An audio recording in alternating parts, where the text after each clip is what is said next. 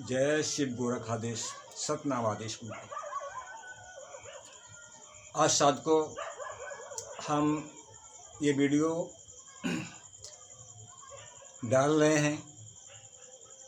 जो लोग अज्ञानतावश भगवान को कितने वर्गों में बांटा है। कोई कहते हैं कि भगवान इस तरह का है, कोई कहता है कि ईश्वर इस तरह का है, और कोई कहता कि नहीं, ईश्वर तो इस तरह का है। तो इस तरह से जितने ही ये धर्म के नाम पे जो कबीला बने हुए हैं, उन सब के भगवान अलग अलग हैं।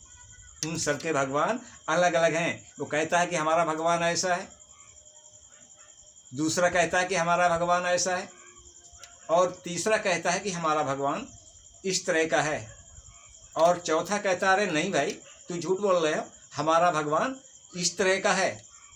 तो बताओ साधकों, और भगवान किस तरह का है? जिस प्रकार से चार अंधों की हम दृष्टांत सुना रहे हैं आपको कि चार अंधे एक संत के पास आए। वो चारों अंधे थे। तो उन्होंने कहा कि महाराज, हमने हाथी नहीं देखा। चारों ने कहा कि हमने हाथी नहीं देखा, हाथी किस तरह का होता है? तो साधकों, उस संत ने कहा कि हम आपको हाथी दर्शन करवाएंगे। तो हाथी खड़ा था, तो उन्होंने कहा जाओ चारों लोग और इस हाथी को देख के आओ। तो चारों ने, एक अंधे ने हाथी के पैर को टटोला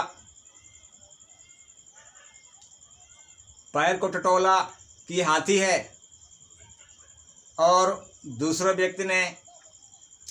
अंधे ने सूंड को टटोला कि ये हाथी है, और तीसरे व्यक्ति ने उसके हाथी के कानों को टटोला कि ये हाथी है, और चौथे व्यक्ति ने उसके शरीर को स्पर्श किया। उसने कहा कि हाथी ऐसा होता है। तो इस प्रकार से चारों अंधे इस संत के पास आए। संत ने बोला कि आपने देख लिया हाथी किस तरह का है? तो जिसने पैर को टटोला उसने कहा हाथी तो एक खंबे के समान है। दूसरे ने कहा, जिसने सूंड को टटोला था, तो उसने क्या बोला, अरे हाथी खंबे के समान नहीं, हमने तो हाथी ऐसा देखा कि हाथी एक मोटे रस्से के समान हाथी था। तो तीसरा बोला, अरे नहीं भाई, तुम झूठ बोल रहे हो, हाथी ऐसा नहीं था। हाथी तो एक जो सूफ होता है ना, सूफ जैसा था।